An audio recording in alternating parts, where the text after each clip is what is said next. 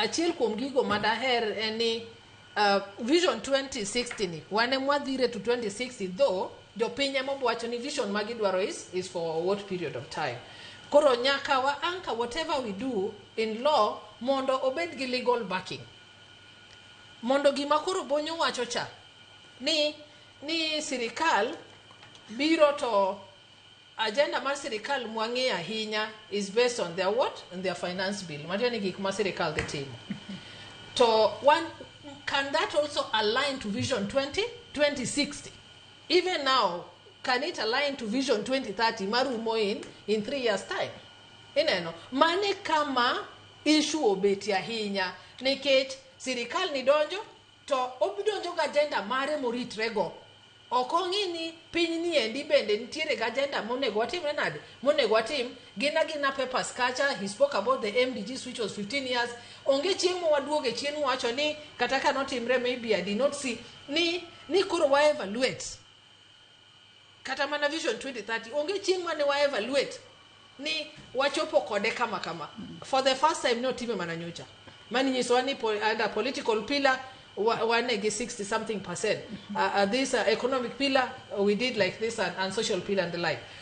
Omiyo ka wanyalo bet gi evaluation process in between ma under the Vision 2060, if it will be a Vision 2060, we have short-term goals, medium-term goals, and now the long-term goals, things which by the end of the 2060 we shall have achieved. Mano bokonyo ganda wa zaidi kabisa.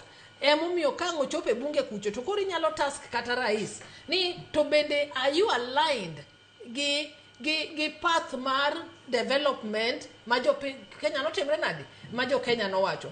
To of importance also to note adira makende king'iyo kata weche mane ji wacho there's nothing new.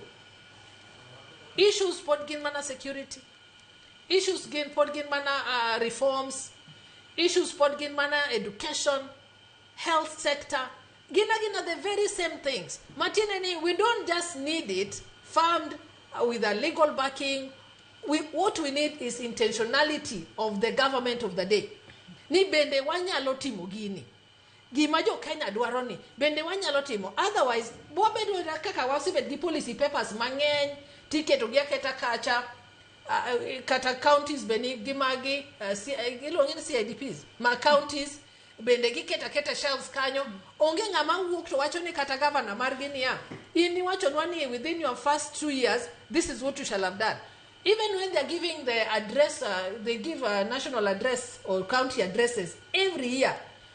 No one tasks them. Ni koro iti se chiwo duondi. Podi beda ka wadwa penjo. Gichiwo to giti nade? Giwuok. Mondo jopeny ni yes, ini nyiso gik minyiso wagi to wanto kwanegi. Why aren't we feeling you? Omiyo any policy document that is done must be anchored on law, and secondly, can we have a mechanism in which wanyalo neno niya gigi are implemented? To weche giduto wuok mana kuom jopiny and they are not new things. Ipenjo wach moro maber ni ere kaka jowa ma joka joluo nyalo neno ni weche wa mahinyo wa kako gando timna nadi ochope Vision 2060. Wadaro ni economy ma joluo timna nadi odongre. Ere low hanging fruit ma wan gi nam blue economy.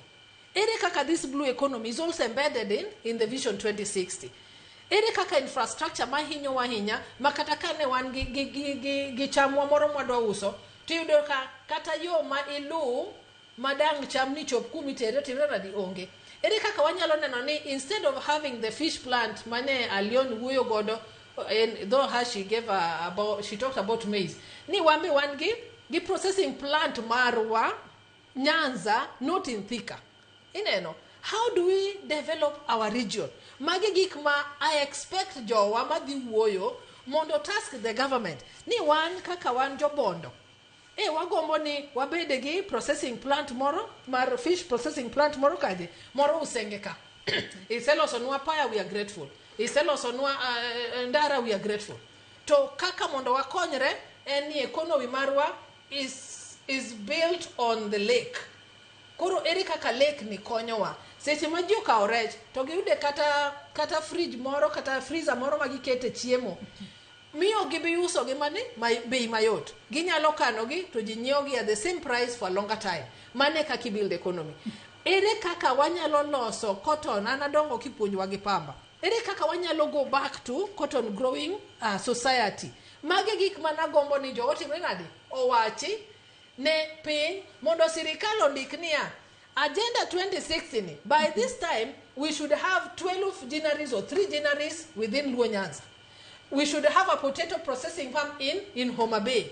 We should have such a thing in Migori and the like. Kineno to kok watimo mago to wabe ywaka pile niya wadwaro ndara, wadwaro skunde, wadwaro hospital, but that cuts across. But what speaks to us as a community en gima nyalo konyowa mondo wadong. Anno ka thuolo marwa dhi karu madona chako direcho wach ni mogik ka watieko dore kod chenro